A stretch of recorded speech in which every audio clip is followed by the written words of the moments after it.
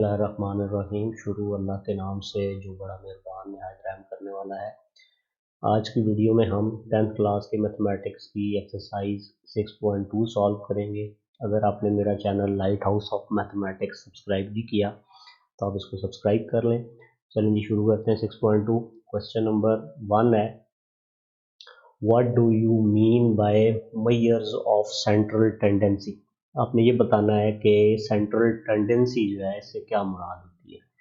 तो central tendency को उर्दू में मरकज़ी रुझान कहा जाता है। तो इसकी डेफिनेशन देखते हैं। इसकी डेफिनेशन क्या है?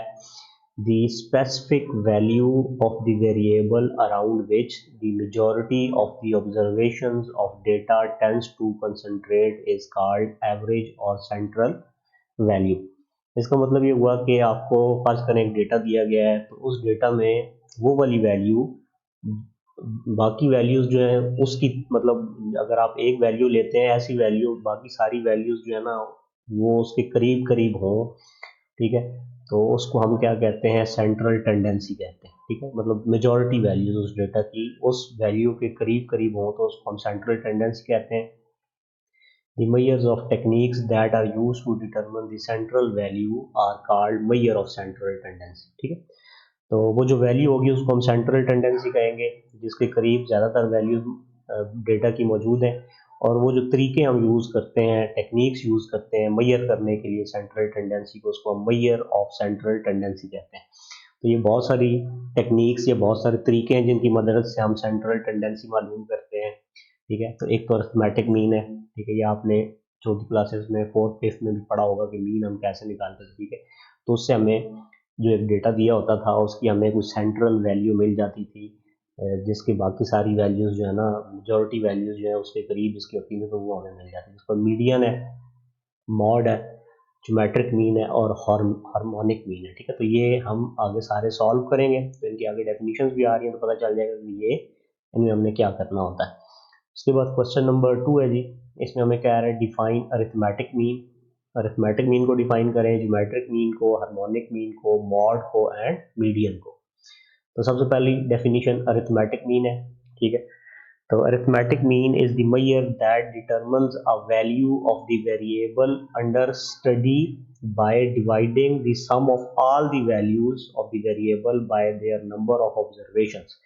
मतलब आपको कोई डेटा दिया गया है, तो आप अगर उसकी तमाम वैल्यूज को, ठीक है, उनको जमा करें और उनकी जितनी ऑब्जर्वेशन फर्क करें। आपको एक डेटा में 10 ऑब्जर्वेशन दी गई, ठीक है, तो आप उन 10 वैल्यूज को ऐड करें और फिर उसको अगर आप 10 से डिवाइड कर दें तो जो हमें चीज़ मिलेगी उसको हम अरिथमेटिक मीन कहेंगे।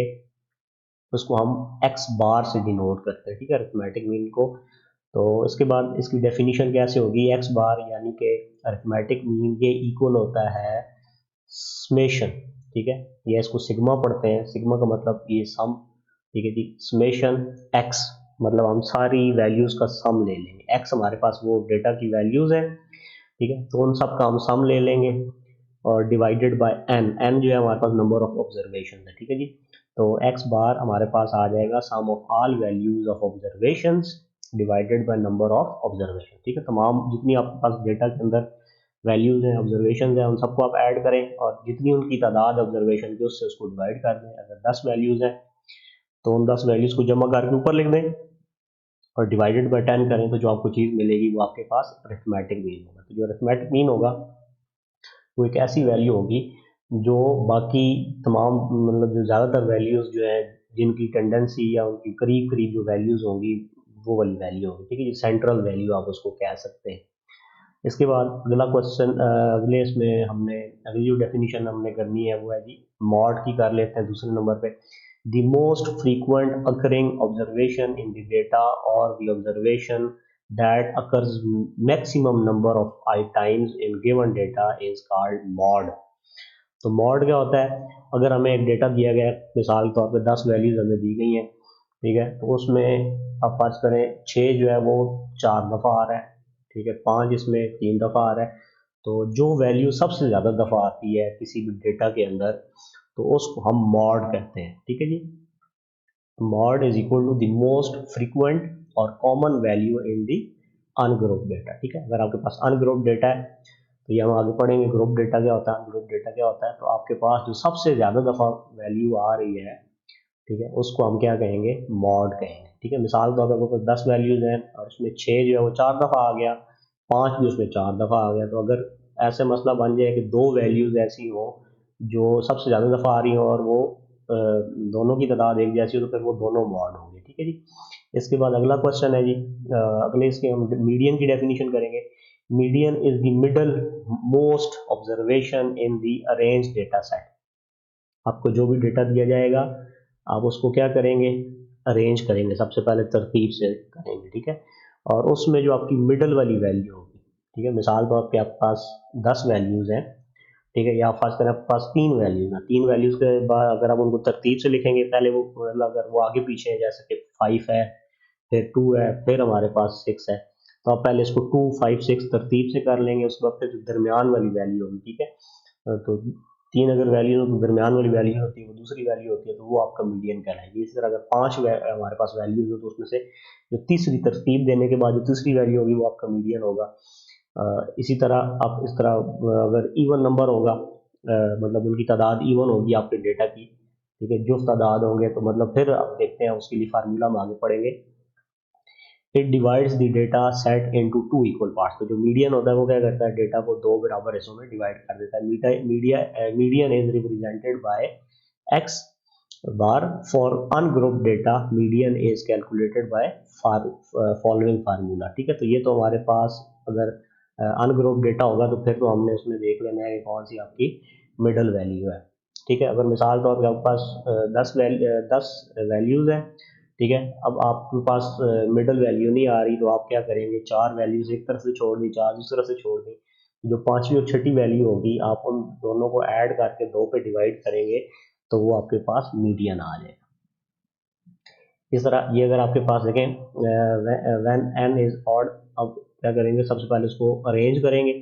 ठीक है, अरेंज करने के बाद n+1/2, मतलब आपके पास फर्ज करें 3 वैल्यूज थी, तो 3+1 आप करेंगे तो 4 हो जाएगा, 4 को 2 से डिवाइड करेंगे तो 2, मतलब दूसरी वैल्यू जो होगी वो आपकी मीडियन होगी। इसी तरह अगर n इवन नंबर है, ठीक है, मतलब जो आपको डेटा दिया गया उसमें जो तादाद है उनकी तादाद इवन है, ठीक है, 4 है, 6 है, 8 है, 10 है, ऐसी सूरत में आप ये फार्मूला यूज करेंगे 1/2 into n by twoth term plus n plus 2/2 term. यानी कि आपके पास मिसाल के तौर पर अगर 10 वैल्यूज दी गई हैं एक डेटा के अंदर आपको, तो आप चूंकि आपके पास n जो है वो 10 है, तो यहाँ पे 1/2 आएगा। यहाँ पे आप n यानी n की जगह 10 पुट करेंगे, 10/2 फिफ्थ टर्म प्लस n+2, 10 में 2 जमा करें तो आपके पास हो जाता है 10 और 2 आपके पास 12 हो गया, 12 को 2 से डिवाइड करेंगे तो 6 आ जाएगा।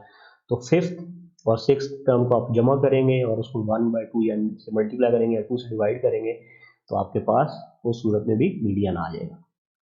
इसके बाद ज्योमेट्रिक मीन है, ठीक है, अभी तक हमने मीन की डेफिनेशन पढ़ी, अर्थमेटिक मीन, ठीक है, जिसमें हमने सिंपल क्या करना होता था, सारी वैल्यूज़ को ऐड करके उनकी तादाद से डिवाइड करते थे तो हमारे पास मीन आ जाता। फिर हमने मॉड पढ़ा। मॉड जो होता है वो वैल्यू होती है जो सबसे ज़्यादा दफ़ा किसी डेटा में आ रही होती है, उसको हम मॉड कहते हैं। मीडियन में हम पहले तो डेटा को अरेंज करते हैं, अरेंज करने के बाद वो वैल्यू जो किसी डेटा को दो बराबर हिस्सों में डिवाइड करते हैं उसको हम मीडियन कहते हैं।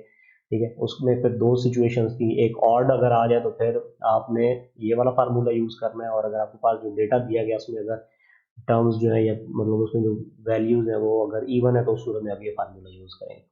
अब ज्योमेट्रिक मीन है, geometric mean of the variable x is the nth positive root of the product of x1 x2 x3 so on xn।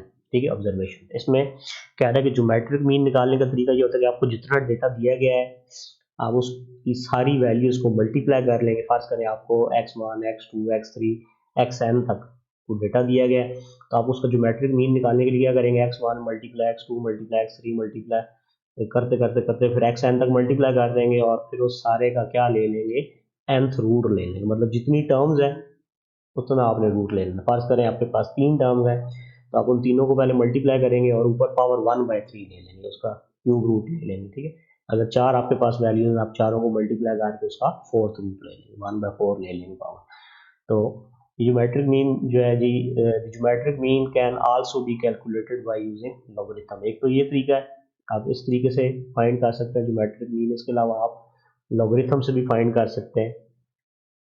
तो वो देखें जी, वो कैसे हम करेंगे। इसके लिए आपके पास ये फार्मूला होता है कि आपको फर्ज करें अनग्रुप डेटा दिया गया, आप क्या करें, लॉग एक्स फाइंड कर लें सारी वैल्यूज़ का, फिर उनका सम ले लें और उसको डिवाइड कर दें आप एन से, ठीक है। तो जो आपके पास चीज़ आए आप उसका एंटी लॉग लें, आपके पास ज्योमेट्रिक मीन आ जाएगा, ठीक है जी। इस तरह अगर आपके पास ग्रुप डेटा है तो ग्रुप डेटा में अगर आप एंटी लॉग का लॉग की मदद से करना चाहते हैं तो आप क्या करेंगे, समेशन एफ जो उसकी फ्रीक्वेंसी होगी और एक्स की, आप एक्स जो आपकी वैल्यू है उसकी आप लॉग लेंगे और सिग्मा एफ से आप उसको डिवाइड करेंगे, फिर उसका आप एंटी लॉग लेंगे तो आपके पास ज्योमेट्रिक मीन आ जाएगा। तो ये जब क्वेश्चन करेंगे तो ये तभी आपको फार्मूला समझ आएगा कि हम इसको कैसे यूज कर सकते हैं। इसके बाद हार्मोनिक मीन है। Harmonic mean refers to the values obtained by reciprocating the means of reciprocal of x1 x2 x3 xn observations. तो इसमें हार्मोनिक मीन जो है वो हम किस तरह फाइंड करेंगे, आपके पास जो आपको वैल्यूज दी गई हैं आप उनका रेसिप्रोकल ले लेंगे। सबसे पहले फर्ज करें आपको ये वैल्यूज दी गई हैं, ठीक है, तो आप क्या करेंगे, इन सब का आपने रेसिप्रोकल ले लेना, ठीक है। या आप क्या करें, अर्थमेटिक मीन ले लें, उसके बाद फिर आप उस अर्थमेटिक मीन का रेसिप्रोकल ले लें, उस सूरत में भी हो सकता है। अगर आप उस तरह नहीं करना चाहते, आप सिर्फ आपने हार्मोनिक मीन निकालना है पहले, तो आप क्या करें, आपको जितनी वैल्यूज दी गई हैं सबका रेसिप्रोकल ले लें, ठीक है। 1/x1 1/x2 1/x3 सबका रेसिप्रोकल ले लेंगे। रेसिप्रोकल लेके उन सबको आपने ऐड करना है, तो आपको बस सिग्मा 1/x बन जाएगा, ठीक है। तमाम आपकी एक्स 1/x वाली जो वैल्यूज होंगी वो जमा हो जाएंगी और आपने अब क्या करना है, उलट काम करना है कि एन ऊपर आएगा, नंबर ऑफ टर्म्स ऊपर आएगा और जो सम वाली वैल्यू आएगी उनके रेसिप्रोकल की वो हम नीचे लिखेंगे। तो ऐसी सूरत में आपके पास हार्मोनिक मीन आ जाएगा।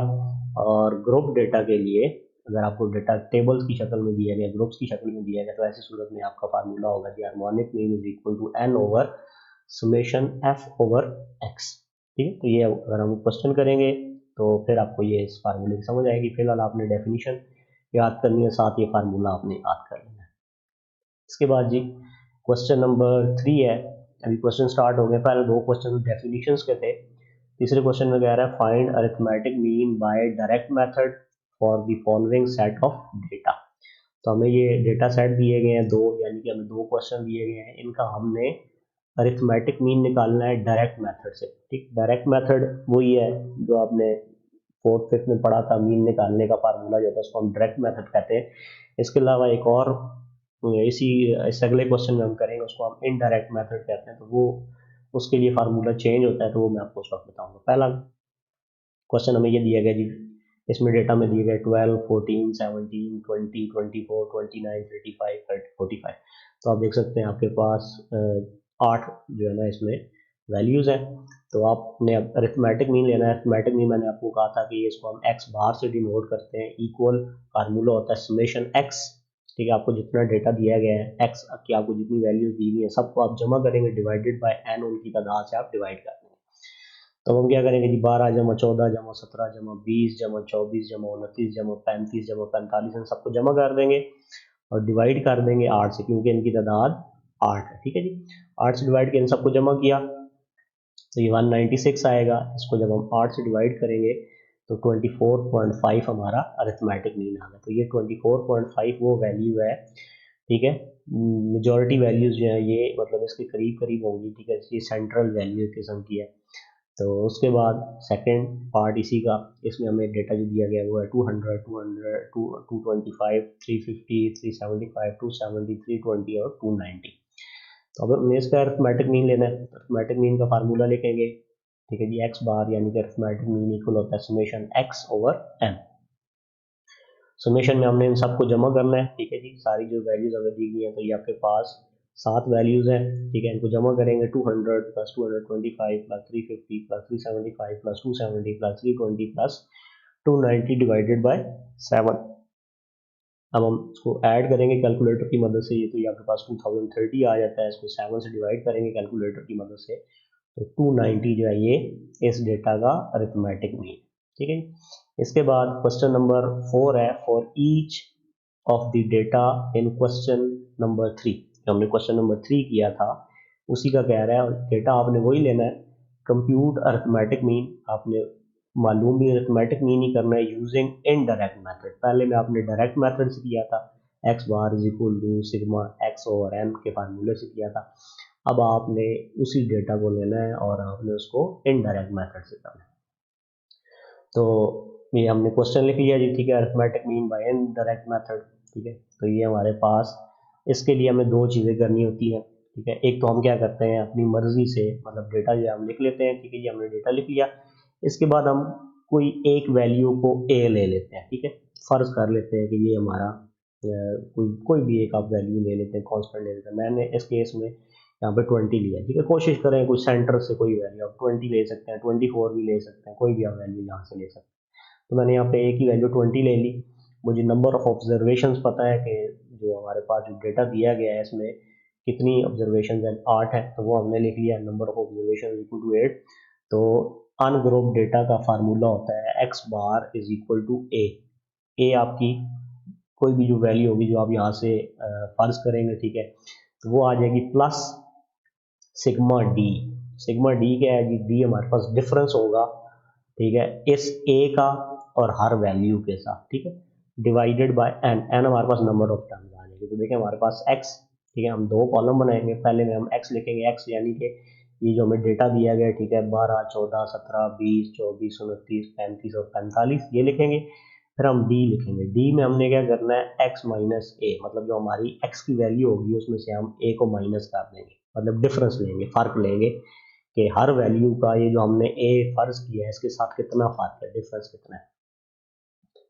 तो अब हमारे पास ये 12 माइनस 20 करेंगे तो माइनस 8 आ जाएगा, 14 माइनस 20 करेंगे तो माइनस 6 आ जाएगा, 17 माइनस 20 करेंगे माइनस 3 आएगा, 20 माइनस 20 करेंगे, ठीक, तो 0 आ जाएगा, 24 माइनस 20 करेंगे 4 आएगा, 29 माइनस 20 करेंगे 9 आएगा, 35 में से 20 निकालेंगे 15 और 45 में से 20 निकालने पे 25 आ जाएगा, ठीक है। ये आपने एज्यूम किया था कि आपका अरिथमेटिक, ठीक है, आप दरमियान से कोई भी वैल्यू उठा सकते हैं, आंसर आपके पास एंड में सेम होगा। तो आपके पास यहाँ पे देखें सिग्मा, ठीक है, डी, अब हमने ये जो हमारे पास डी की वैल्यू ये सारी आएगी, इन सबको हमने ऐड करना है। तो 25 और 15 ऐड होगा जी, फिर उसमें 9 ऐड होगा, फिर 4 ऐड होगा, फिर 3 माइनस होगा, फिर 6, फिर माइनस 8 होगा, तो ये सारा करके आपके पास 36 आ जाएगा, ठीक है। तो अब हम इस फार्मूले में पुट कर देंगे x bar is equal to 20 plus sigma d, हमारे पास 36 आ गया, इसी जगह 36 लिखा बटा 8, ठीक है जी। तो 20 प्लस ये हमारे पास 36 बाय 8 करेंगे तो ये 4.5 आ जाएगा। तो हमारे पास जो मीन की वैल्यू आई है वो 24.5 है। तो इसके पिछले केस में हमने जो डायरेक्ट मेथड किया था उसका भी हमारा आंसर यही आया था। ये अब इनडायरेक्ट मेथड है। इसके बाद सेकंड जो हमें डेटा दिया गया है 200, 225, 30, 350, 375, 270, 320 और 290। अब हमने इसमें से क्या करना है जी, सबसे पहले तो कोई एज्यूम कर लेना है कि हम, अब मैं यहाँ पे थोड़ा सा यहाँ से वैल्यू ले रहा हूँ, ठीक है, 225 मैंने एज्यूम कर लिया कि ये हमारा मीन है, ये हमने फर्ज कर लिया। नंबर ऑफ ऑब्जर्वेशन हमें पता है 7 है, 1, 2, 3, 4, 5, 6 और 7 है, ठीक है। अब हमने क्या करना है, उसी तरह टेबल बनाना है। एक्स के अंदर हम ये सारी जो डेटा हमें दिया गया है ये हम सारा लिख देंगे, ठीक है। इसको मैंने थोड़ा तरतीब से लिख दिया, 200, 225, 270, 290, 320, 350 और 375, ठीक है। थोड़ा आगे पीछे था मैंने तरतीब कर दिया, ना करें कोई मसला नहीं है, ज़रूरी नहीं है यहाँ पे तरतीब देना। उसके बाद आपने डी फाइंड करना है, डिफरेंस, यानी कि हर एक्स की वैल्यू का वो जो हमने फ़र्ज़ किया था कि अरिथमेटिक मीन 225 है, ए जो हमने लिया है फ़र्ज़ किया है, तो उसके साथ हर एक का डिफरेंस लेंगे, 200 में से 225 निकालेंगे माइनस 25 आएगा, 225 में से 225 निकालेंगे 0 आएगा, 270 में से 225 निकालेंगे 45 आएगा। इसी तरह ये हम सारी वैल्यूज़ में से, सारी आपकी एक्स की वैल्यूज़ में से आप ए को माइनस करेंगे तो आपको ये डी मिलता जाएगा, ठीक है जी, ये आपके डी है। अब आपने बाद में सिग्मा डी फाइंड करना है, सिग्मा डी यानी कि आपने इन सारी वैल्यूज़ को आपस में इकट्ठा कर लेना है, ठीक है। तो ये इन सबको जमा करेंगे और उसमें से ये 25 को माइनस कर देंगे, तो आपके पास sigma D is equal to 455 आ जाएगा। अब फार्मूला यूज़ करेंगे जी, एक्स बार यानी कि अरिथमेटिक मीन इक्वल होता है जी A plus sigma D over N. तो ए हमने फर्ज किया था 225 जमा सिग्मा डी की जगह 455 आ गया बटा 7। तो 7 के टेबल से इसकी कटिंग हो सकती है, तो ये आपके पास 65 आएगा, ठीक है। और एक्स बार में जब हम 225 में से 65 जमा करेंगे तो 290 आ जाएगा। तो आप देख सकते हैं इस तरीके से भी हमने क्वेश्चन किया है, तो ये आपके पास आंसर सेम आया, ठीक है।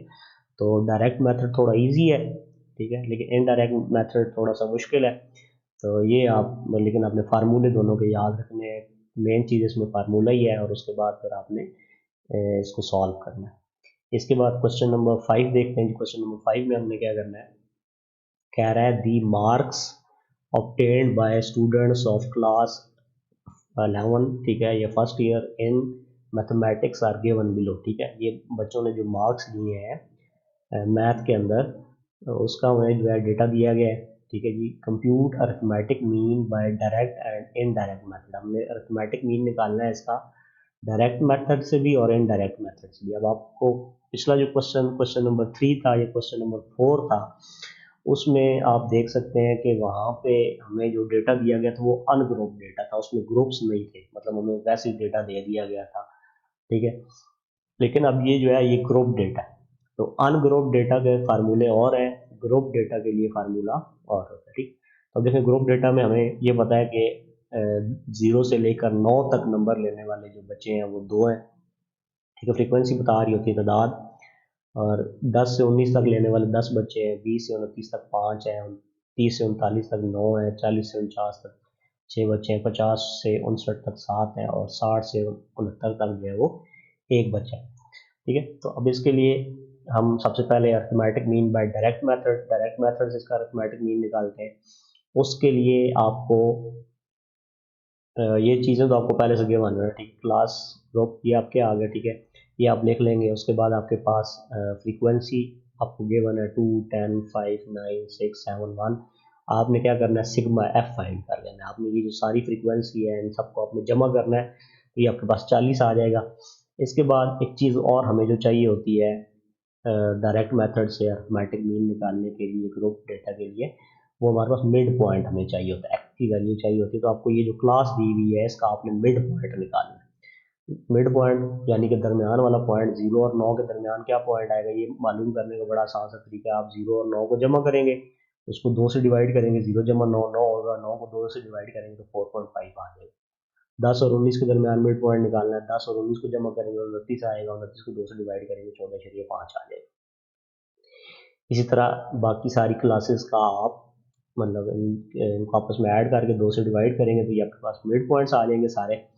मिड पॉइंट्स निकालने के बाद हमने एफ मल्टीप्लेक्स निकालना है, यानी कि फ्रीक्वेंसी जो हमें दी गई थी और जो हमें मिड पॉइंट हमने निकाले हैं, इन दोनों को हमने मल्टीप्लाई कर देना है। 2 को 4.5 से मल्टीप्लाई करेंगे 9 आएगा, 10 को 14.5 से मल्टीप्लाई करेंगे 145 आ जाएगा, 5 को 24.5 से मल्टीप्लाई करेंगे 122.5 आएगा, 9 को 34.5 से मल्टीप्लाई करेंगे 310.5 आएगा, 6 को 44.5 से मल्टीप्लाई करेंगे तो 267 आ जाएगा, 54.5 को मल्टीप्लाई करेंगे जी 7 से तो हमारे पास 381.5 आएगा, और 1 को 64.5 से मल्टीप्लाई करेंगे तो 64.5 ही आ जाएगा। फिर उसके बाद आपने इन सबको ऐड कर लेना, इसको हम कहेंगे सिग्मा एफ एक्स, यानी कि जो एक्स एक्स की वैल्यूज आई थी उन सबको हमने उनका सम ले लिया, उनका सिग्मा ले लिया।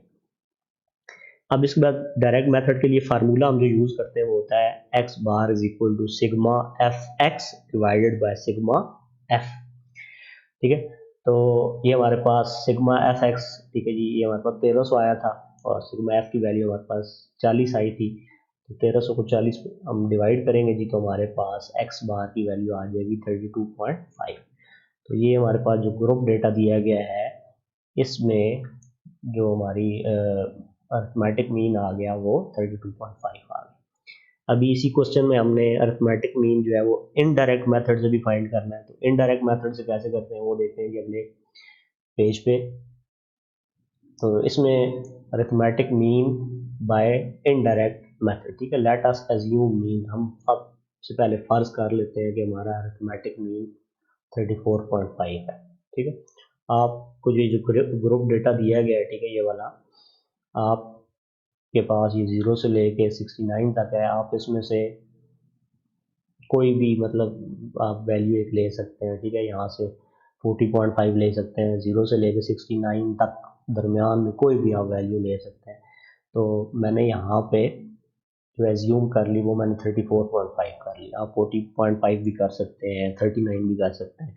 तो ए हमने एज्यूम कर लिया। इसके बाद फिर हम टेबल बनाएंगे, ठीक है। अब टेबल में क्लासेस हमें गिवन थी, ठीक है, फ्रीक्वेंसी हमें साथ गिवन थी, मिड पॉइंट्स हम उसी तरह फाइंड करेंगे जिस तरह हमने पिछले पार्ट में या पिछले हिस्से में किया था, ठीक है। तो ये मिड पॉइंट्स निकाल लेंगे, 0 + 9 करेंगे और 2 से डिवाइड करेंगे तो 4.5 मिड पॉइंट आ जाएगा 0 और 9 का। या इस क्लास का मिड पॉइंट आ जाएगा, 10 से 19 तक जो क्लास है इसका मिड पॉइंट 14.5 आ जाएगा। तो ये सारा हम कर लेंगे। उसके बाद हमने क्या करना है जी, इसको हम x का नाम देते हैं। फिर हमने d फाइंड करना है, डिफरेंस, ठीक है। डिफरेंस फर्क किस किस का हमने लेना है, x का, और जो हमने a एज्यूम किया है, फर्ज किया है कि अरिथमेटिक मीन 34 या 5 है, ठीक है। ये आपकी मर्जी, आप जो मर्जी ले लें। तो आप क्या करेंगे, x में से इसको माइनस करना है, ठीक है। 4.5 में से 34.5 को माइनस करेंगे, -30 आ गया। फिर 14.5 को 34.5 से माइनस करेंगे तो -20 आ जाएगा। 24.5 को -34.5, फिर इसमें से माइनस करेंगे इसको तो -10 आएगा। 34.5 में से 34.5 माइनस होगा 0 आ जाएगा। फिर 44.5 में से 34.5 माइनस होगा 10 आएगा। 54.5 में से 34.5 माइनस होगा 20 आ जाएगा। और हमारे पास 64.5 है, इसमें 34.5 माइनस करेंगे 30 है। फिर आप क्या करेंगे, इन सबको आपने ऐड कर लें, 30 जमा 20 जमा 10 जमा 0, ठीक है। तो ये आपके पास बन जाएगा जी। फिर आपने क्या करना है, उसमें से फिर इसको माइनस करना है, ठीक है, बाकी सारी चीज़ों को, ठीक है। तो ये आपके पास सॉरी, यहाँ पे इसको हमने ऐड नहीं करना। हम फिर क्या करेंगे, ये हमें d की वैल्यू मिल गई, ठीक है। अब हमने x को और d को मल्टीप्लाई करना है, ठीक है। सॉरी, f को और d को मल्टीप्लाई करना है। f हमारे पास फ्रिक्वेंसी है, 2 मल्टीप्लाई -30 के आ जाएगा, -60 आ जाएगा। 10 को हम -20 से मल्टीप्लाई करेंगे, -200 आएगा। 5 को -10 से मल्टीप्लाई करेंगे, -50 आएगा। 9 को 0 से मल्टीप्लाई करेंगे, 0 आएगा। 6 को 10 से मल्टीप्लाई करेंगे, 60 आएगा। 7 को 20 से मल्टीप्लाई करेंगे, 140 आएगा। और 1 को 30 से मल्टीप्लाई करेंगे, 30 आएगा। अब हमने इसको ऐड करना है, ठीक है। 30 में 140 ऐड करेंगे, फिर उसमें 60 ऐड करेंगे, फिर उसमें 0 ऐड करेंगे, फिर उसमें 50 माइनस करेंगे, फिर 200 माइनस करेंगे, फिर 60 माइनस करेंगे। तो हमारे पास सिग्मा एफ डी जो है ये -80 आ जाए, ठीक है जी। सिग्मा एफ हमारे पास 40 आ चुका है। तो अब फार्मूला यूज़ करेंगे। अब ungroup data, sorry, group data में जो हमारे पास इनडायरेक्ट मेथड होता है उसमें x bar is equal to a plus sigma F D over sigma F होता है, ठीक है। यानी कि ये जो हमने एफ डी फाइंड किया था, फ्रीक्वेंसी और डिफरेंस को मल्टीप्लाई करने पे जो आया था उसको हमने ऐड किया था, उसको हमने डिवाइड करना है सिग्मा एफ, यानी कि फ्रीक्वेंसी का जो सम आया था 40 इसके साथ। तो x bar is equal to a हमने लिया था 34.5, ये हमने खुद फर्ज किया था, जमा एफ डी की जगह हमारे पास सिग्मा एफ डी की जगह -80 आ जाएगा ये वाला, डिवाइडेड बाय सिग्मा एफ की जगह हमारे पास 40 आ गया। अब क्या करेंगे, हम -40 को जब 80 से डिवाइड करेंगे तो -2 आएगा, ठीक है। तो ये हमारे पास 34.5 प्लस आ गया और ये ब्रैकेट के अंदर -2 आ गया, प्लस माइनस माइनस हो जाएगा। तो आप क्या करेंगे, 34.5 में से 2 को माइनस करेंगे, ये आपके पास 32.5 आ जाएगा। तो ये आपके पास अरिथमेटिक मीन है। और जो हमने पिछले डायरेक्ट मेथड से किया था उस वक्त भी यही आंसर आया था, अब भी आंसर इसका यही आया दोबारा से। इसके बाद क्वेश्चन नंबर 6 है। इसमें हमें कह रहा है the following data relates to ages of children in school, ठीक है। जो स्कूल में बच्चे हैं उनकी एजेस जो है, उनकी जो उम्र है उसका ये डेटा में दिया गया है। Compute the mean age by direct and shortcut method by taking any provisional mean, ठीक है। तो यहाँ पे हमें हिंट में कह रहा है कि आप एज है वो 8 ले सकते हैं। इस क्वेश्चन नंबर 6 में भी हमने वही काम करना है जो हमने क्वेश्चन नंबर 5 में किया था, सिर्फ हमारे लिए डेटा चेंज हो गया है। हमने अरिथमेटिक मीन फाइंड करना है, डायरेक्ट मेथड से भी और इनडायरेक्ट मेथड से भी। तो हमें जो पहला 4 to 6 मतलब वो बच्चे जिनकी एज 4 से 6 साल है वो 10 बच्चे हैं, 7 से 9 साल के 20 बच्चे हैं, 10 से 12 साल के 13 बच्चे हैं, 13 से 15 साल के 7 बच्चे हैं। और इन सबको अगर आप ऐड करें तो ये आपके पास 50 आ, ठीक है। Also compute geometric mean and harmonic mean, आपने इस डेटा का ज्योमेट्रिक मीन भी निकालना है, हार्मोनिक मीन, मतलब हम 4 चीज़ें हमने करनी है। हमने अरिथमेटिक मीन निकालना है डायरेक्ट मेथड से, इनडायरेक्ट मेथड से, फिर हमने ज्योमेट्रिक मीन निकालना है और फिर हमने हार्मोनिक मीन निकालना है। चलिए शुरू करते हैं। सबसे पहले हम arithmetic mean by direct method के लिए हमें ये क्लासेस दी गई थी, ठीक है। उसके बाद ये हमें फ्रीक्वेंसी दी गई थी, हमने सिग्मा एफ कर दिया, ये हमारे पास 50 आ गया। फिर हमने इन दो जो क्लास होती है उसका मिड पॉइंट निकालना होता है, ठीक है जी। तो हमारे पास 4 और 6 है, तो 4 और 6 का मिड पॉइंट जो वो 5 आएगा, 4 जब 6 करेंगे 10 आएगा, 10 को 2 से डिवाइड करेंगे तो 5 आ जाएगा। 7 और 9 है, ठीक है। 7 और 9, 7 में 9 जमा करें 16, 16 को 2 से डिवाइड करें तो 8, 10 और 12 को जमा करें 22 को 2 से डिवाइड करें तो फिर आपके पास 11 आ गया, और 13 और 15 को ऐड करें 28 होता है, 28 को 2 से डिवाइड करेंगे तो 14 आ जाएगा। तो ये हमारे पास मिड पॉइंट्स आ गए। फिर हमने क्या करना है, एफ और एक्स को मल्टीप्लाई करना है, ठीक है जी। तो 10 जमा 10 मल्टीप्लाई 5 जो है 50 हो जाएगा। 20 को 8 से मल्टीप्लाई करेंगे 160, 13 को 11 से मल्टीप्लाई करेंगे 143, और 7 को 14 से मल्टीप्लाई करेंगे 98 आएगा। फिर हमने क्या फाइंड कर लेना है जी, सिग्मा एफ एक्स 451 आ गया, ठीक है। सिग्मा एफ हमने फाइंड कर लिया, सिग्मा एफ एक्स फाइंड कर लिया, तो हमें फार्मूला पता है x bar is equal to sigma f x होगा, सिग्मा एफ होता है। तो सिग्मा एफ एक्स हमारे पास 451 है, ठीक है। एफ एक्स आया था, इस सारे का सम 451 आ गया, डिवाइडेड बाय सिग्मा एफ, यानी कि सारी फ्रीक्वेंसी का सम 50 था। 451 को 50 से डिवाइड करेंगे तो एक्स बार यानी कि अरिथमेटिक मीन जो है ये हमारे पास 9.02 आ गया। और ये जो हमने फाइंड किया ये हमने डायरेक्ट मेथड से या डायरेक्ट फार्मूला से इसको फाइंड। इसके बाद हमने इसको इनडायरेक्ट फार्मूला से करना है जी। तो arithmetic mean bye indirect method, उसमें हमने एक ए या अरिथमेटिक मीन फर्ज करना होता है अपने पास से। तो क्वेश्चन के हिंट में हमें दिया गया है कि आप ए इज इक्वल टू 8 ले लें, तो हम ए इज इक्वल टू 8 ले लेते हैं। हमें क्लास, ठीक है, दी हुई क्लास लिमिट्स ये दी हुई क्लास, और फ्रीक्वेंसी उनके आगे हमें दी हुई थी 10, 20, 13, 7 और ये सारी, तो ऐड करके हमारे पास ये 50 बन गया था सिग्मा एफ। और अब फिर हमने मिड पॉइंट्स भी निकाल लिए थे, ये 3 कॉलम जिस तरह पिछले टेबल में बनाया था ये उसी तरह बन गए, 5, 8, 11, 14, ये इन क्लासेस के मिड पॉइंट्स आ गए। फिर हमने क्या करना है, डिफरेंस निकालना है डी। डी में हमने करना है एक्स में से जो हमारी एक्स की वैल्यू है इसमें से हमने माइनस करना है ए को। तो 5 माइनस 8 करेंगे -3 आएगा, 8 माइनस 8 करेंगे 0 आएगा, 11 माइनस 8 करेंगे 3 आएगा, और 14 माइनस 8 करेंगे तो 6 आ जाएगा, ठीक है।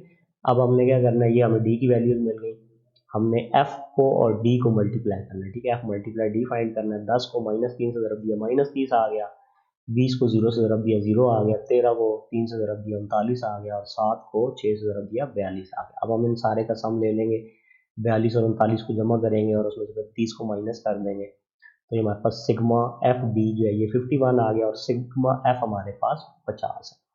अब फार्मूला हम यूज़ करेंगे जी, X bar is equal to A plus sigma F D over sigma F, ठीक है। तो वैल्यूज पुट करेंगे, X bar is equal to A हमने लेट किया हुआ था 8 प्लस सिग्मा एफ डी हमारे पास 51 आ गया, डिवाइडेड बाय सिग्मा एफ जो है हमारे पास सारे का सम जो है ये 50 है। तो ये हमारे पास ये तो 8 उसी तरह आ जाएगा, प्लस इसको इससे डिवाइड करेंगे 1.02 आएगा, और 1.02 को जब 8 में ऐड करेंगे तो हमारे पास X bar is equal to 9.02 आ जाएगा।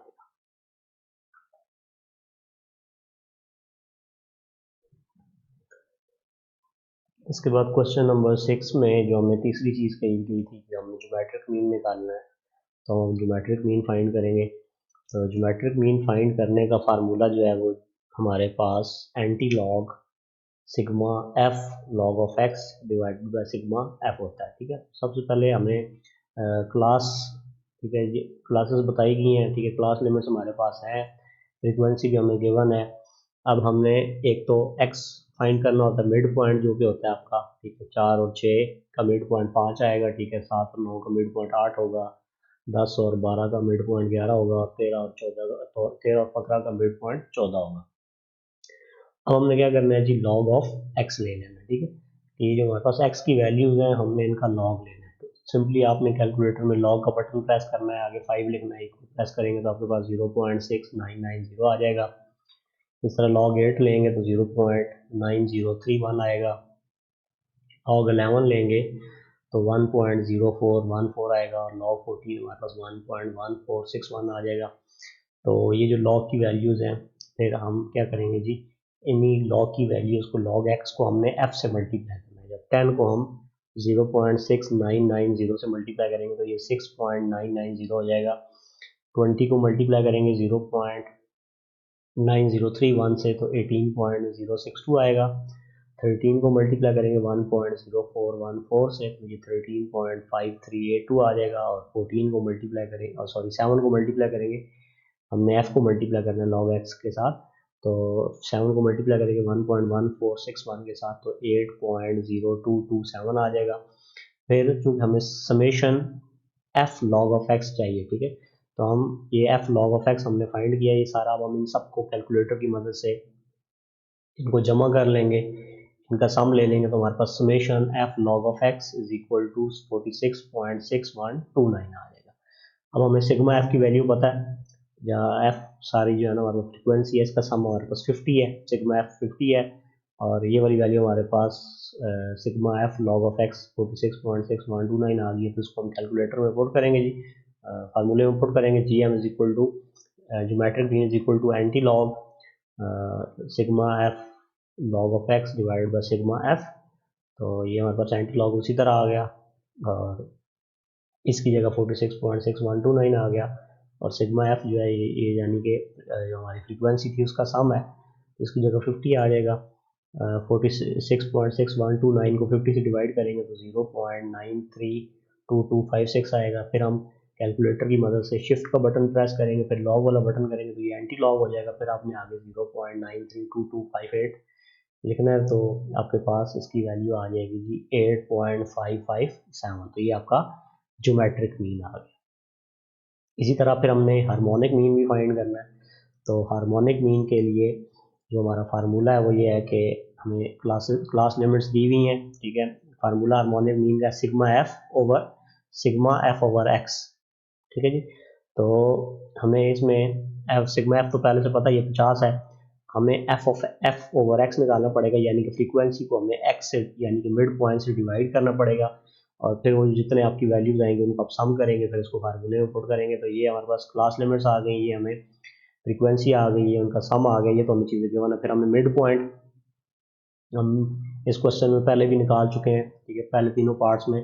तो 5, 8, 11, 14 ये मिड पॉइंट आ जाएगा इन क्लासेस का। फिर हमने क्या करना है, एफ ओवर एक्स, यानी कि एफ को हमने डिवाइड करना है एक्स के साथ। तो 10 को 5 से डिवाइड करेंगे 2 आएगा, 20 को 8 से डिवाइड करेंगे 2.5 आएगा, 13 को 11 से डिवाइड करेंगे 1.1818 आएगा, और 7 को 14 से डिवाइड करेंगे तो 0.5 आएगा। अब हम फिर इन सबको इकट्ठा कर लेंगे, सबका सम कर लेंगे कैलकुलेटर की मदद से, तो ये 6.1818 आ जाएगा। अब हमने इसमें फार्मूले के अंदर पुट करना है जी, harmonic mean is equal to sigma F की जगह 50 पुट कर दिया, और सिग्मा एफ ओवर एक्स जो है हमारे पास 6.1818 आ गया। 50 को आपने डिवाइड करना है 6.1818 से, तो आपको हार्मोनिक मीन मिल जाएगा जो कि 8.088 है, ठीक है जी। इसके बाद हम अगला क्वेश्चन देखते हैं, क्वेश्चन नंबर 7 है, the following data shows the number of children in various families, ठीक है। तो ये जो हमें डेटा दिया गया है, इसमें जो मुख्तलिफ फैमिलीज हैं, मुख्तलिफ ख़ानदान है, उनमें बच्चों की तादाद है। एक ख़ानदान में 9 बच्चे हैं, फिर 11 हैं, फिर 4 हैं।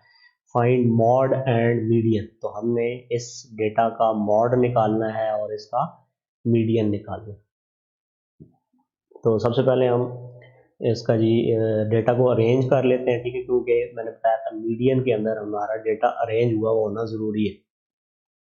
तो तरतीब के साथ आप, ठीक है जी, पहले 2 आ जाएगा, फिर 3, 3, ये मतलब जो चीज़ मतलब आपने इसको तरतीब से कर लेना है। पहले 2 वाली टर्म एक ही है, फिर 3 वाली 3 टर्म्स है, फिर 4 वाली टर्म्स है, फिर 5, 6, ये आप इन सारी टर्म्स को तरतीब के साथ लिख लेंगे, ठीक है जी, असेंडिंग ऑर्डर के अंदर।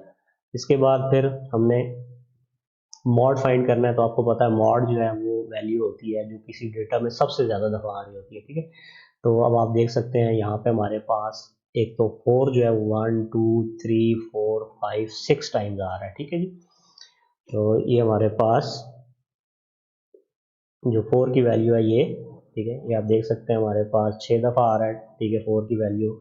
उसके बाद आप देखें 5 जो है वो 4 दफ़ा आ रहा है, 6 3 दफ़ा आ रहा है, 7 जो है वो भी हमारे पास 5 दफ़ा आ रहा है, 8 जो है वो 5 दफ़ा आ रहा है, लेकिन उसके बाद 9 जो है ये हमारे पास देख सकते हैं आप, ये भी 6 दफ़ा आ रहा है, ठीक है। तो ये दोनों जो है अब इससे ज़्यादा दफ़ा कोई भी नहीं आ रहा, ठीक है। अगर इन दोनों में से कोई एक मतलब सबसे ज़्यादा दफ़ा आ रहा होता तो फिर हम उसको मॉड लिख देते, लेकिन अब चूँकि 4 भी 6 दफ़ा आ रहा है, 9 भी 6 दफ़ा आ रहा है, तो इस वजह से हमारा जो मॉड होगा वो 4 और 9 होगा, ठीक है जी। इसके बाद आगे चलते हैं जी, इसमें हमने अब मीडियन निकालना है। तो मीडियन निकालने के लिए हमारे पास हम पहले देख लेते हैं कि ये हमारे पास जितनी टर्म्स हैं ये कितनी हैं, ये इवन है या ऑड है। तो अब इन टर्म्स को जब गिनेंगे तो ये 38 टर्म्स बनती हैं, ठीक है। और 38 जो है ये एक इवन नंबर है, मैंने आपको बताया था मीडियन के लिए 2 फार्मूले होते हैं। ऑड नंबर मतलब ऑड टर्म्स हो आपके पास, तादाद में आपके पास डेटा है, तो फिर उसके लिए अलग फार्मूला है। अगर ये जुफ्त तादाद के अंदर है, ठीक है, तो फिर ये इसके लिए ज़्यादा फार्मूला होगा। तो अब यहाँ पे हम फार्मूला यूज़ करेंगे मीडियन का 1/2 n/2th item plus n+2/2th item, ठीक है। अब n हमें पता है 38 है, तो n की जगह हम 38 पुट कर देंगे, 1/2 उसी तरह आ गया ब्रैकेट के अंदर, n की जगह हमने 38 पुट किया, 38/2, और ये वाली टर्म हमने लेनी है प्लस 38+2/2, और ये वाली टर्म हमने लेनी है, तो ये हमारे पास 1/2 आ जाएगा, और 38/2 जब हम करेंगे तो हमारे पास 19th टर्म आ जाएगी या आइटम आ जाएगा। और 38+2 40 होता है, 40 को 2 से डिवाइड करेंगे तो ये 20 आएगा। तो 20th टर्म, यानी कि हमने 19वीं और 20वीं टर्म लेनी है, उनको आपस में हमने जमा करना है और फिर उसको हमने 2 से डिवाइड करना है। तो आप यहाँ से देखना स्टार्ट करेंगे जी, 18वीं और 19वीं और 20वीं टर्म्स कौन कौन सी है। 1 2 3 4 5 6 7 8 9 10 11 12 13 14 15 16 17 18 19 और 20। तो 19 और 20 वाली दोनों आपकी वैल्यू जो है वो 7 7 है, ठीक है। तो अब क्या करेंगे जी, 7+7 करेंगे 14 आएगा, और 14 को हम फिर 2 से डिवाइड कर देंगे, कटिंग होगी यहाँ पे, तो मीडियन हमारा 7 आ गया। इसके बाद क्वेश्चन नंबर 8 है, find the modal number of heads for the following distribution showing the number of heads when 5 coins are tossed, ठीक है। तो ये हमें कुछ डेटा दिया गया है कि हम जब कॉइन जो है उसको टॉस करते हैं, ठीक है, ऊपर फेंकते हैं, तो उनके साथ हमारे पास जो है कितने जो हैं उनके साथ हेड आ जाता है, ठीक है। उसकी 2 साइडें होती हैं, एक को हेड कहते हैं, एक को टेल्स कहते हैं। तो जब हम 5 सिक्के को उछालते हैं, ठीक है, तो पहली दफ़ा जब हमने ये काम किया, ठीक है, तो नंबर ऑफ हेड्स कितने आए, ठीक है जी, मतलब उनमें से मतलब हेड जो है एक दफ़ा आया, ठीक है, ये 3 दफ़ा ऐसा हुआ। 2 दफ़ा हेड आया तो ये ऐसा 8 दफ़ा हुआ। उसके बाद 3 दफ़ा हेड आया तो ये 5 दफ़ा हुआ। 4 दफ़ा हेड आया तो ये 3 दफ़ा हुआ, यानी इसकी फ्रीक्वेंसी 3 है। और इसी तरह 5 दफ़ा जो हेड है ये 1 दफ़ा हुआ ऐसा। तो ये 5 से क्या हम इकट्ठे उछाल रहे हैं, फिर उसके बाद देख रहे हैं कि कितनी दफ़ा हमारा हेड आया, कितनी दफ़ा हमारा जो है वो तो फिर अब ये हमारे पास डेटा है। इस डेटा की मदद से हमने मीडियन भी फाइंड करना है और मॉड भी फाइंड करना है, ठीक है। तो देखिए, अब हमारे पास इससे पहले जो क्वेश्चन 7 किया था उसमें अनग्रुप्ड डेटा था, अब हमारे पास ग्रुप डेटा है, ठीक है। तो ग्रुप डेटा के अंदर अब हम कैसे फाइंड करेंगे, first we make cumulative frequency, ठीक है। तो हमें ये जो एक्स की वैल्यूज दी हुई है, साथ हमें फ्रीक्वेंसी दी गई है, तो हम क्या कर लेंगे, इससे आगे कम्युलेटिव फ्रीक्वेंसी ले लेंगे। कम्युलेटिव फ्रीक्वेंसी मैंने आपको बताई थी कि हम क्या करते हैं, ये 3 पहले आ जाएगा जी, उसी तरह फिर 3 में हम ऐड करेंगे तो 11 आ जाएगा, 11 में 5 ऐड करेंगे तो 16 आएगा, 16 में 3 ऐड करेंगे तो 19 आ जाएगा, 19 में 1 ऐड करेंगे तो 20 आएगा। ये कम्युलेटिव फ्रीक्वेंसी होती है। उससे पहली वाली जो आपकी कम्युलेटिव फ्रीक्वेंसी है, आप उसको अगली टर्म में ऐड करते हो तो ये आपकी कम्युलेटिव फ्रीक्वेंसी आ जाती है। तो कम्युलेटिव फ्रीक्वेंसी निकालने के बाद, ठीक है, तो mode as most frequent number is 2, that is 2 is repeated 8 times, so mod is equal to 2, ठीक है। तो अब देखें हमारे पास इस डेटा के अंदर जो सबसे ज़्यादा दफ़ा नंबर जो रिपीट हुआ है वो 2 है, ठीक है। तो हमने मॉड का पढ़ा हुआ था कि मॉड हमारी वो चीज़ होती है किसी भी डेटा में जो ज़्यादा दफ़ा आती है, सबसे ज़्यादा दफ़ा आती है। तो 2 चूँकि 8 दफ़ा आ रहा है, इसकी फ्रीक्वेंसी 8 है, तो इसका मॉड हमारे पास जो इस डेटा का आएगा वो 2 आ जाएगा। अब मीडियन हम कैसे फाइंड करेंगे? ठीक है, median the class containing n/2th observation. ठीक है, हमारे पास देखें, हमारे पास टोटल जो कम्युलेटिव फ्रीक्वेंसी है ये 20 आ गई। तो वो वाली हमारी क्लास जिसमें क्या होगी, n/2th ऑब्जर्वेशन होगी। ठीक है, तो मीडियन होगा द क्लास कंटेनिंग 20। अब n हमारे पास 20 है। ठीक है, टोटल ये जो फ्रीक्वेंसी हमारे पास 20 है, तो 20/2 करेंगे तो हमारे पास वो वाली क्लास, हम वो वाली क्लास देखेंगे जिसमें हमारे पास 10th ऑब्जर्वेशन है। ठीक है जी, तो 10th ऑब्जर्वेशन हमारी किस क्लास में आएगी, ये आप देख सकते हैं यहाँ पे। ये हमारे पास पहले 3 है। ठीक है, ये कम्युलेटिव फ्रीक्वेंसी 3 है, फिर यहाँ पे आप देखें 3 और 8 11 हो गया।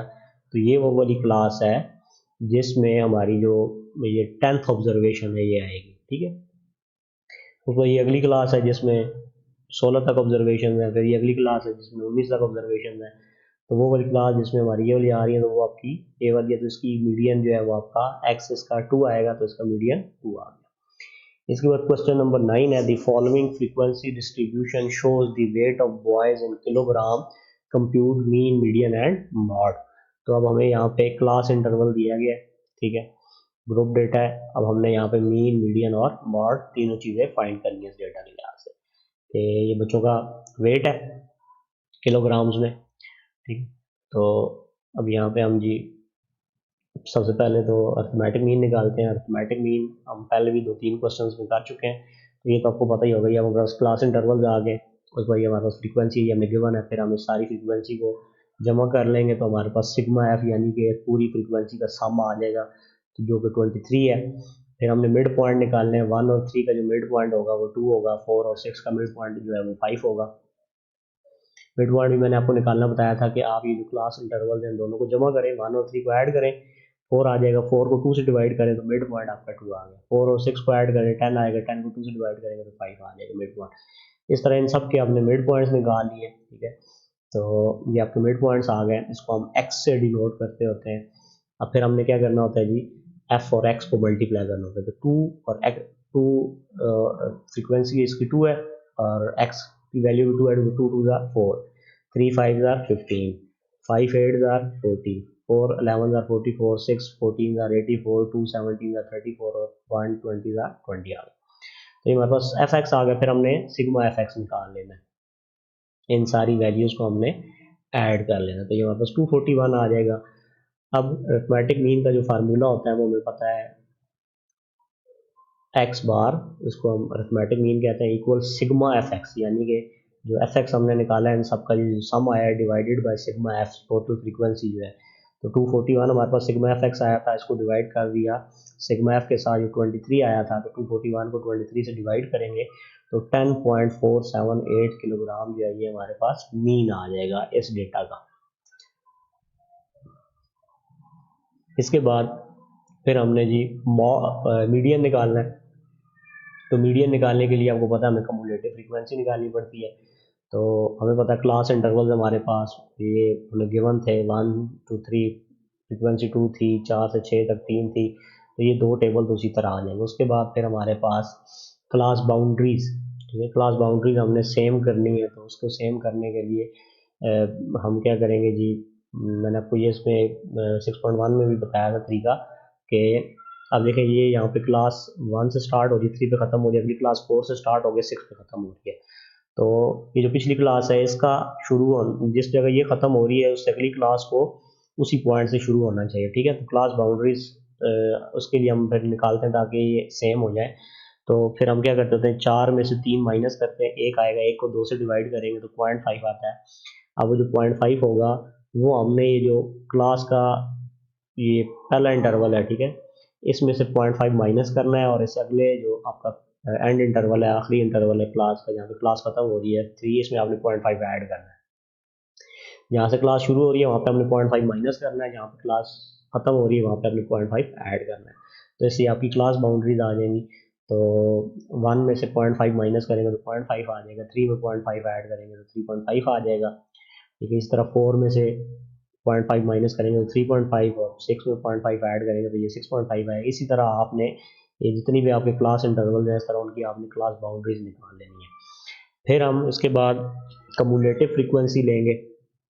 कम्युलेटिव फ्रीक्वेंसी मैंने आपको बताया था कि ये फ्रीक्वेंसी 2 है, ठीक है। यहाँ तक इसकी कम्युलेटिव फ्रीक्वेंसी भी 2 ही आएगी, पहले की कम्युलेटिव फ्रीक्वेंसी वही होती है। उसको फिर आपने 2 में 3 ऐड करना है तो ये 5 आ जाएगी अगली कम्युलेटिव फ्रीक्वेंसी।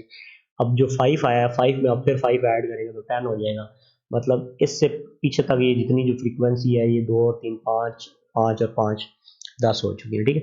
उसमें जब यहाँ पे इसकी कम्युलेटिव फ्रीक्वेंसी निकालेंगे, इससे पहले 10 हो चुकी थी, ठीक है। 10 में 4 ऐड करेंगे तो 14 हो जाएगी, 14 में फिर 6 ऐड करेंगे 20, 20 में 2 ऐड करेंगे 22, 22 में 1 ऐड करेंगे तो 23 इसकी कम्युलेटिव फ्रीक्वेंसी आ गई, ठीक है जी।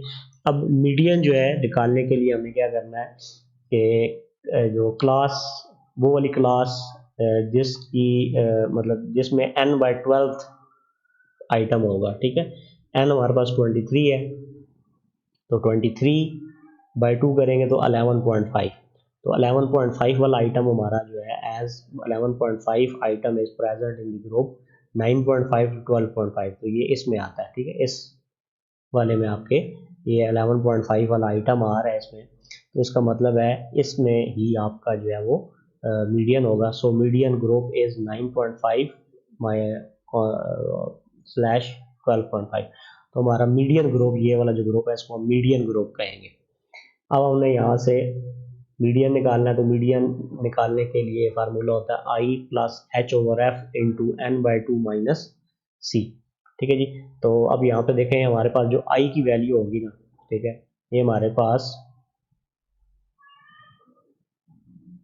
ठीक है, ये जो वैल्यू आएगी आपकी, ठीक है, जहाँ से ये क्लास स्टार्ट हो रही होगी, ठीक है, ये आपके पास आई की वैल्यू है, ठीक है जी। ये आपका आई आ गया।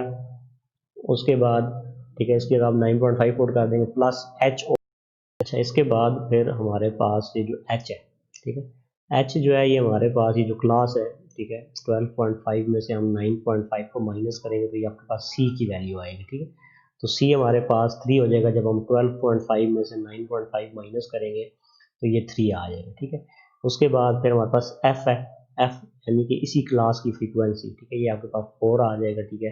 तो ये हमारे पास एफ की वैल्यू आ गई, इसकी जगह हम 4 पुट कर देंगे, ठीक है, इनटू एन। एन आपको पता है टोटल हमारे पास जो नंबर ऑफ हमारे पास जो फ्रीक्वेंसी है टोटल वो हमारे पास 23 है, ठीक है। तो 23/2 माइनस सी, तो ये जो हमारे पास इससे पिछली जो ये वाली क्लास है, इससे जो पिछली क्लास होती है ये वाली, इसकी जो कम्युलेटिव फ्रीक्वेंसी होती है इसको हम सी कहते हैं, ठीक है। तो ये हमारे पास 10 है, तो ये सारी वैल्यूज़ हम यहाँ से उठा के इसमें डाल देंगे, ठीक है। तो ये हमारे पास 9.5 प्लस 3/4 इंटू 23/2 माइनस 10 आ जाएगा। तो 9.5 उसी तरह आ गया, प्लस 3/4 भी उसी तरह आ गया, 23 को 2 से डिवाइड किया तो 11.5 माइनस 10। फिर बाकी इस तरह सिंप्लीफाई करते जाएंगे, 9.5 इसी तरह आ गया, प्लस 3/4 उसी तरह, 11.5 में से 10 माइनस करेंगे तो 1.5 आ जाएगा। अब हमने क्या करना है जी, 1.5 को 3 से मल्टीप्लाई करेंगे, या आप सारा ये काम कैलकुलेटर से कर सकते हैं। तो 1.5 को 3 से मल्टीप्लाई करेंगे 4.5/4 हो जाएगा, और 4.5 को 4 से डिवाइड करेंगे तो 1.125, और प्लस 9.5 उसी तरह आ रहा है, 9.5 में 1.125 ऐड करेंगे तो 10.625 हमारे पास ये इसका मीडियन आ जाएगा। इसके बाद फिर हमने मॉड कैलकुलेट करना है, ठीक है, ग्रुप डेटा के लिए। तो ग्रुप डेटा में मॉड निकालने के लिए हमें क्या करना पड़ता है जी, हमारे पास ये जो आपको पता है एक हमारे पास गिवन थी पहले से क्लासेस, उसको हमें फ्रीक्वेंसी भी गिवन थी। फिर हमने आगे क्लास बाउंड्रीज भी उसी तरह बनानी है जिस तरह हमने पिछले पार्ट में बनाई थी, ठीक है।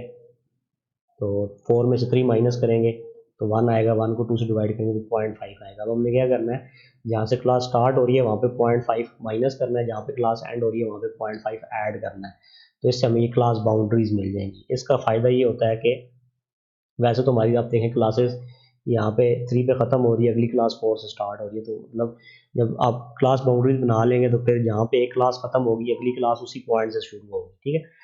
तो ये मतलब काम करने से आपके पास ये क्लास बाउंड्रीज आएंगी जिस तरह हमने पिछले क्वेश्चन में की।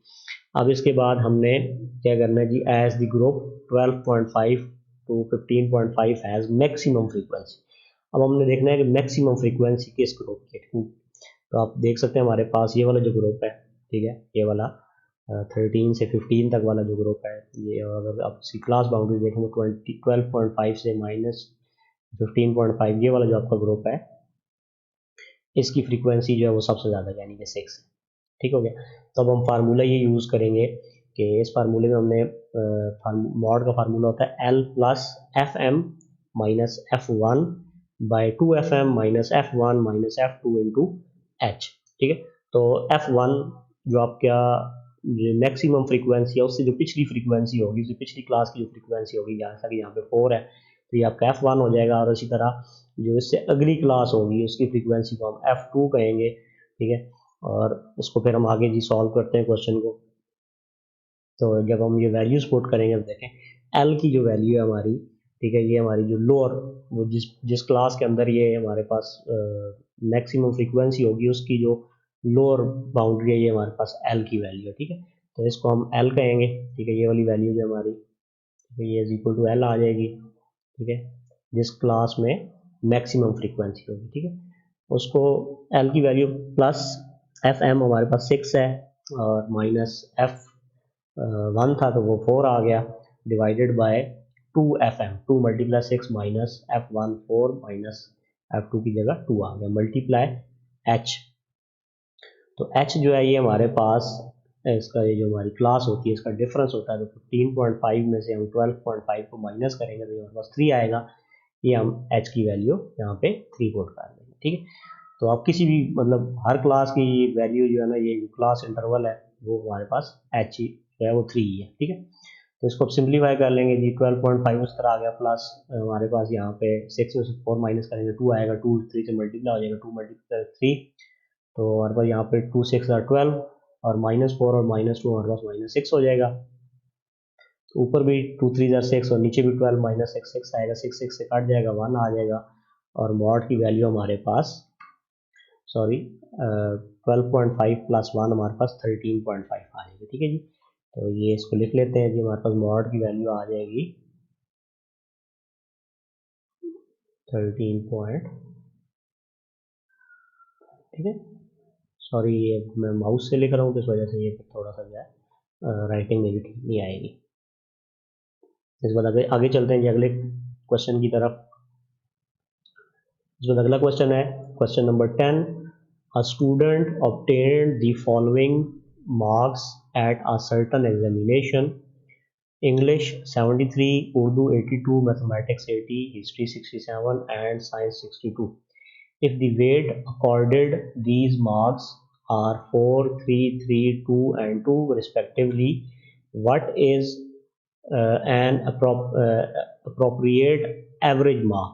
ठीक है, what is the average mark if equal weights are used?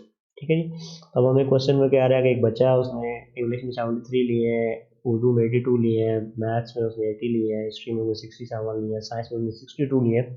तो पहले पार्ट में हमने ये काम करना है कि हमें उसने कहा है कि उसने रिस्पेक्टिवली मतलब हम ये जो उसके मार्क्स हैं इनका वेट जो है वो हम ये ले रहे हैं कि 4, मतलब इंग्लिश में 73 है तो हम इनको 4 लेते हैं, और इसी तरह उर्दू में 82 है तो उसमें से मतलब आउट ऑफ 3 उसमें ले रहे हैं, उसके वेटेज के लिहाज से ले रहे हैं।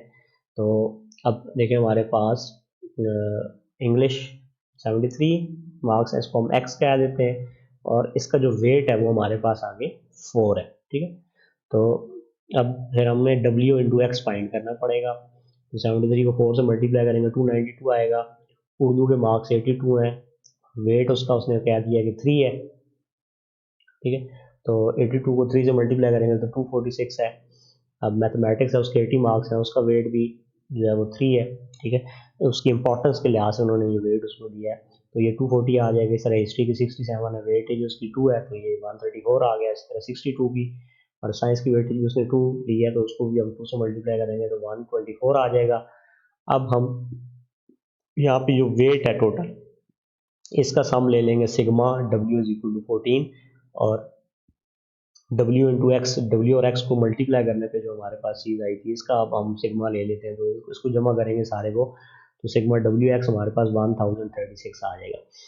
अब हमारे पास जो वेटेड मीन है, वेटेड मीन निकालने का जो फार्मूला होता है वो ये होता है कि हमारे पास sigma W X divided by sigma W।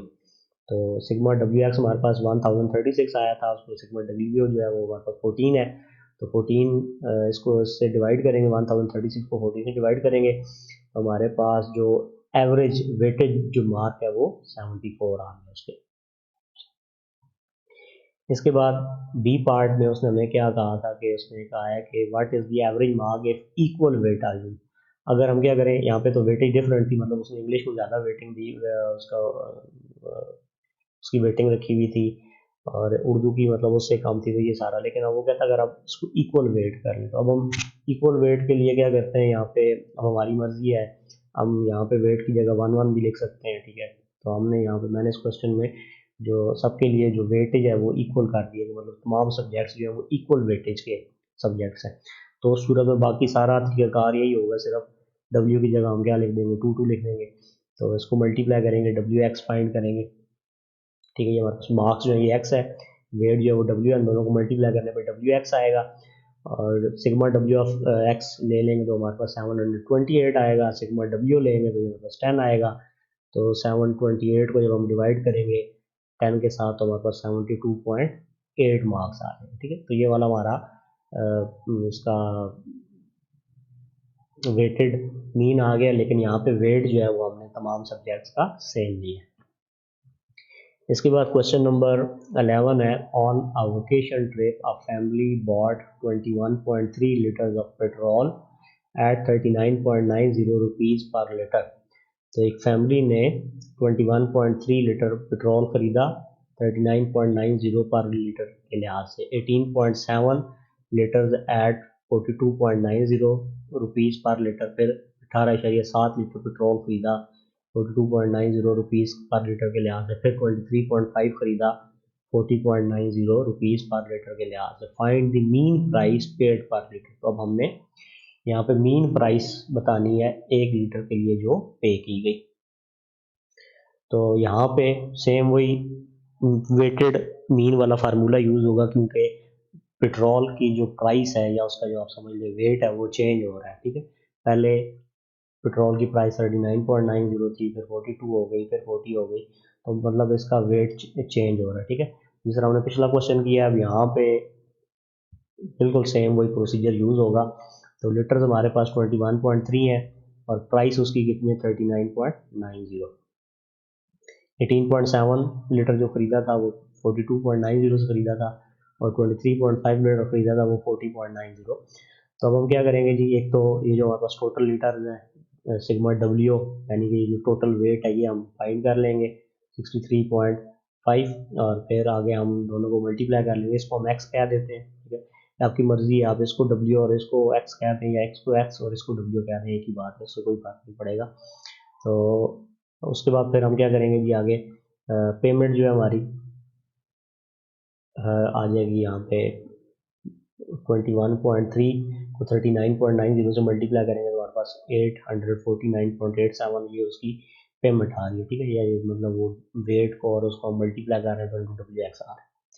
इस तरह ही आप इनको मल्टीप्लाई करेंगे, 18.7 को 42.90 से मल्टीप्लाई करेंगे तो ये आ जाएगा, 23.5 को 40.90 से मल्टीप्लाई करेंगे ये आएगा। फिर हमने सिग्मा डब्ल्यू एक्स यानी कि इन सब का सम ले लेना है, तो वो 2613.25 आ गया। अब हम फार्मूला लगाएंगे वही, तो average price is equal to total payment divided by total litres. तो टोटल पेमेंट उन्होंने की 2613.25, सॉरी 213.25, और इसको हम डिवाइड करेंगे जी 63.5 से। तो कैलकुलेटर की मदद से आप कैलकुलेट करेंगे तो जो उसकी एवरेज प्राइस आई है या मीन प्राइस आई है वो आई है 41.15 रुपीज़ पर लीटर। इस पर क्वेश्चन नंबर 12 देखते हैं जी। क्वेश्चन नंबर 12 में हमें कह रहा है, calculate simple moving average of 3 years from the following data. हमें ये डेटा दिया गया है, ठीक है, 2001 से लेके 2010 तक, और किसी चीज़ की वैल्यू जो है वो बढ़ रही है, पहले 2001 में 102 पे थी, फिर 2002 में 108 हुई, फिर करते करते 2010 तक इसकी वैल्यू जो है वो 230 तक पहुंच गई। हमने 3 साल की मूविंग एवरेज निकालनी है, ठीक है जी। तो 3 साल की मूविंग एवरेज कैसे निकालेंगे, ठीक है। तो ये मैं टेबल बना दिया और मैं उसको टेबल से आपको समझाता हूँ कि मूविंग एवरेज हम किस तरह निकालते हैं। ठीक है, तो अब देखें हमारे पास 2001 है और इसके आगे सामने 102 हमें वैल्यू दी गई है। तो अब इसके सामने तो हम फिलहाल मूविंग एवरेज ही निकाल सकते हैं, क्योंकि हमें 3 साल की मूविंग एवरेज निकालनी है। उसके लिए हमें 3 साल जो है ना उनका डेटा हमारे पास होना ज़रूरी है। उस बाद आगे हम अगर आए 2002 में तो हमारे पास 108 है। तो 108 है, तो अब यहाँ पे मैं 3 साल की मूविंग एवरेज कैसे निकाल सकता हूँ। 2001, 2002, 2003 की अगर मैं निकालूँ तो उसको मैं इसके सामने ऐसे इधर लिख देता हूँ। ठीक है जी, तो ये अब मतलब मैं दरअसल करने ये लगा हूँ कि हम यहाँ पे ये जो आपके पास 3 साल हैं 2001, ठीक है, और ये आपके पास 2002 और ये आपके पास 2003, ठीक है। अब इन तीनों वैल्यूज़ को, इन तीनों का हम मूविंग एवरेज निकालना चाहते हैं। तो एवरेज में आपको पता है हम क्या करते होते हैं, हम इन तीनों को ऐड करेंगे 102, 108 और 130, ये तीनों ऐड होंगे तो 340 आ जाएगा।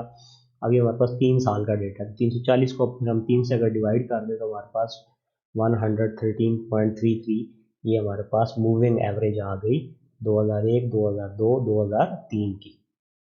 ठीक है जी, तो इसी तरह अब हम इससे आगे क्या करते हैं जी, हम इससे आगे अगर हम चलें तो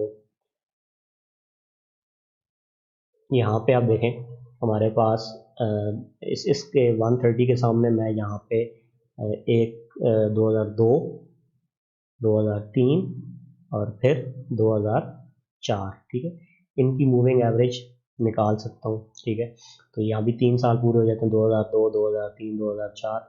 तो इन तीनों को ऐड करेंगे 108, 130, 140 को, तो क्या आ जाएगा 378 आएगा। इसको हम 3 से डिवाइड करेंगे तो 126 जो है ये 2002, 2003, 2004 की मूविंग एवरेज आ जाएगी। इसी तरह हम और आगे चलें अगर, तो ये हम मैं 2003, 2004 और 2005 की मूविंग एवरेज अगर निकालना चाहूँ तो 130, 140 और ये 158, ठीक है। इन तीनों को मैं जमा करूँगा तो ये 428 आ जाएगा। 428 को 3 से डिवाइड करेंगे तो 142,6 हमारे पास 2003, 2004 और 2005 की मूविंग एवरेज आ गई। इसी तरह और आगे चलें तो हम अब यहाँ पे जी 2004, 5 और 6 की मूविंग एवरेज भी निकाल सकते हैं। तो इसमें हम 140 को, 158 को और 180 को, ठीक है, इनको आपस में ऐड करूँगा तो 478 आएगा। 478 को 3 से डिवाइड करेंगे तो 159.33 हमारे पास 2004, 5 और 6 की मूविंग एवरेजेस आ जाएंगी। इसी तरह और आगे चलें तो 2005, 6, 7 की मूविंग एवरेज इसी तरह निकाली जा सकती है, 158, 180 और 196, ठीक है। इन तीनों को जमा करें तो 534 आता है, ठीक है। 534 को हम 3 से डिवाइड करेंगे तो हमारे पास 178 आ जाएगा। ये हमारी मूविंग एवरेज है 3 साल की, 2005, 2006 और 2007 की।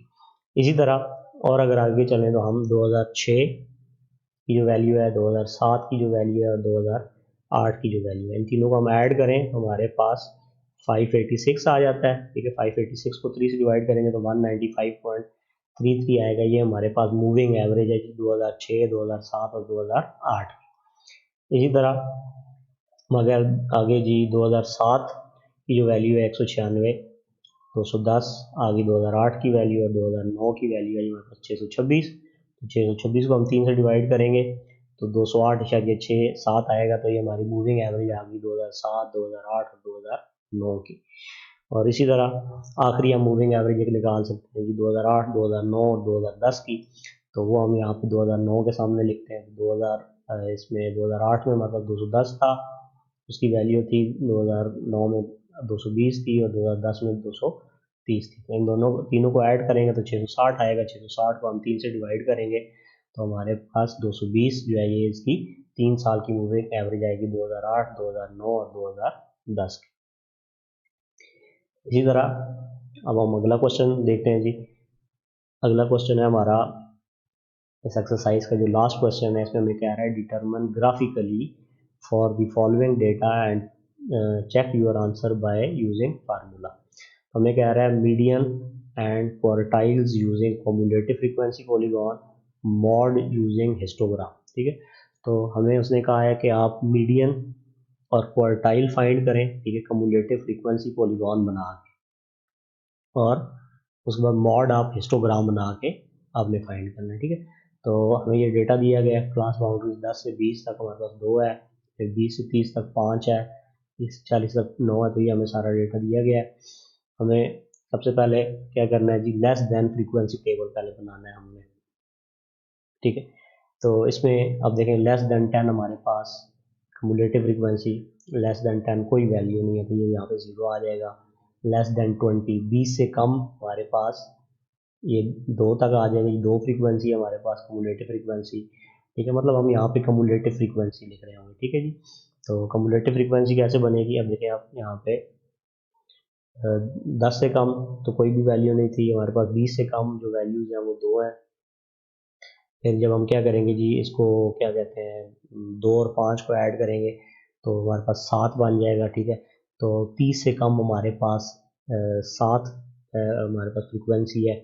फिर हम क्या करेंगे 7 में 9 ऐड करेंगे तो ये हमारे पास 16 बन जाएगा। तो 40 से कम हमारे कम्युलेटिव फ्रीक्वेंसी 16 आ गई। फिर लेस देन 50 से कम हमारे पास 16 में फिर 6 ऐड करेंगे 22 हो जाएगा। और इसी तरह 22 में 4 ऐड करेंगे 26 होगा, और 26 में 1 ऐड करेंगे तो 27 हमारे पास। ये दरअसल हमने कम्युलेटिव फ्रीक्वेंसी निकाली है। कम्युलेटिव फ्रीक्वेंसी निकालने के बाद फिर हम ग्राफ बनाएंगे।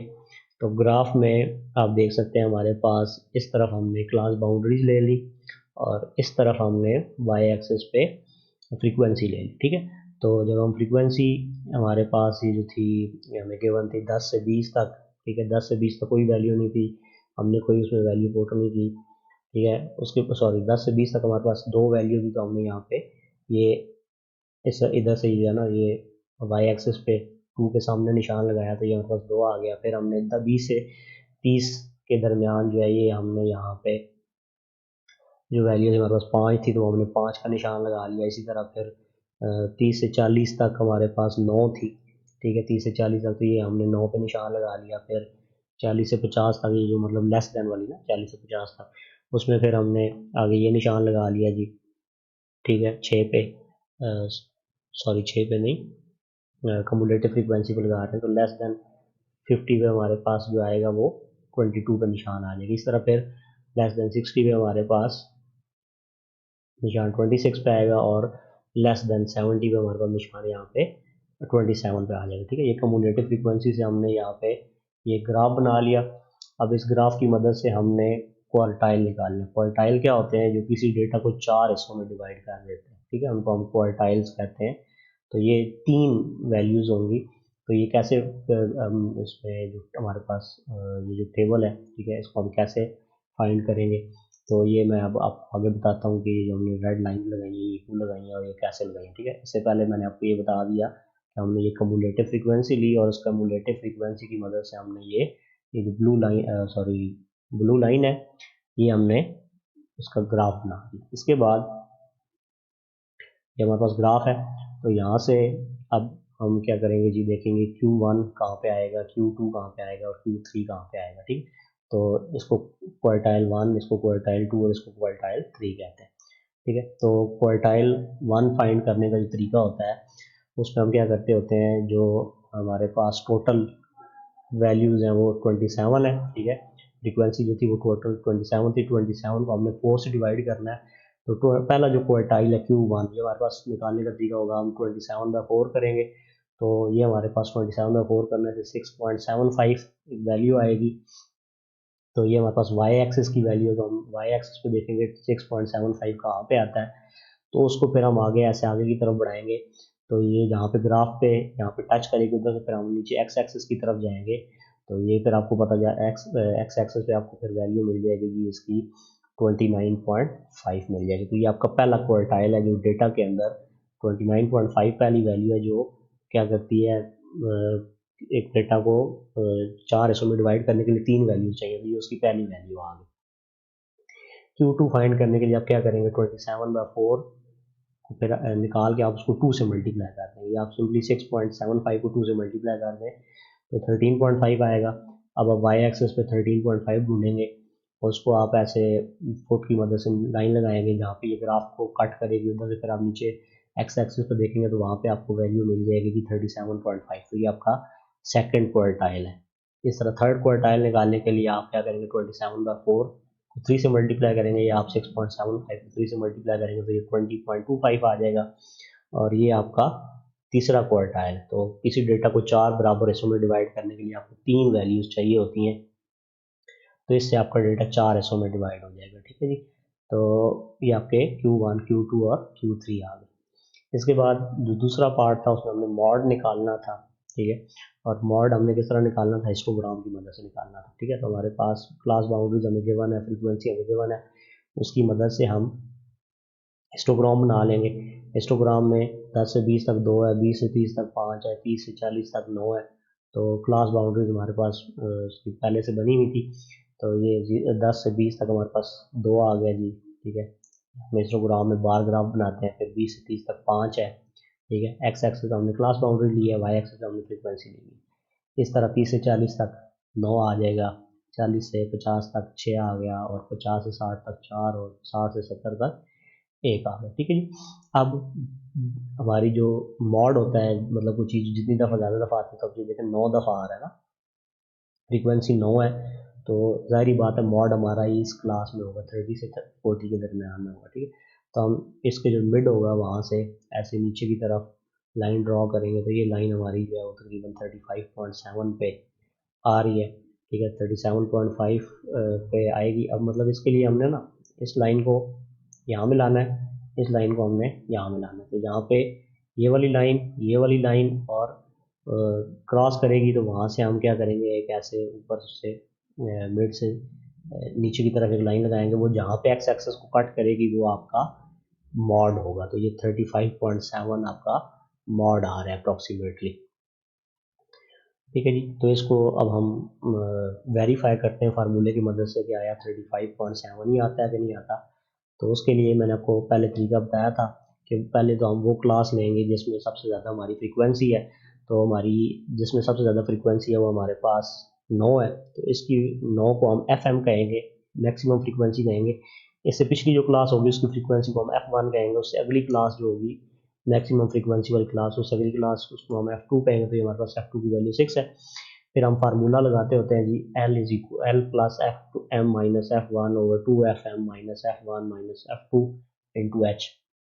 L जो है हमारे पास जो मैक्सिमम वाली क्लास होती है उसकी जो फर्स्ट, जहाँ से क्लास स्टार्ट हो रही होती है, ठीक है, फर्स्ट लिमिट जो होती है वो आपके पास L होता है। ठीक है, ये आपके पास L की वैल्यू है। ठीक है, उसके बाद बाकी फिर आपने उसको वैल्यूज पुट करनी है। एच की वैल्यू जो है ना, ये जो क्लास होती है इसका क्लास इंटरवल होता है, 40 में से 30 माइनस करेंगे तो हमारे पास एच आ जाएगा। तो ये हम वैल्यूज इसमें पुट करेंगे, तो हमारे पास एल की जगह 30 आ गया, प्लस एफ एम हमारे पास 9 है, माइनस F1 की जगह 5 आ गया, मल्टीप्लाई एच जो था वो हमारे पास 10 है। ठीक है, 40 में से 30 माइनस करेंगे तो हमारे पास एच आएगा, क्लास इंटरवल 10 आ गया बटा 2 ज़रब 9 माइनस 5 माइनस 6, 30 जमा ये 9 में से 5 निकालेंगे 4 आएगा, 4 को 10 रख देंगे 40 आएगा, बटा 9 दूनी 18 माइनस 11 हो जाएगा ये। ठीक है, 30 जमा 40 बटा 7, 30 जमा 40 में इसको 7 से डिवाइड करेंगे तो 5.71 आएगा। तो ये हमारे पास मॉड की वैल्यू 35.71 आएगी। ठीक है, तो यहाँ पे भी हमारे पास तकरीबन यही वैल्यू थी। तो इसका मतलब हुआ कि जो हमारा रिजल्ट है, जो हमने ग्राफ से हासिल किया है वो, और जो हमने फार्मूला से कैलकुलेट किया है वो तकरीबन एक दूसरे के बराबर है। तो इसके साथ ही हमारी एक्सरसाइज 6.2 ख़त्म हो गई। तो मेरे channel light house of mathematics को सब्सक्राइब करें, वीडियोस को लाइक लाजमी करें, और अगर आपको कोई क्वेश्चन है तो आप कमेंट्स में मुझसे पूछ सकते हैं। Thanks for watching.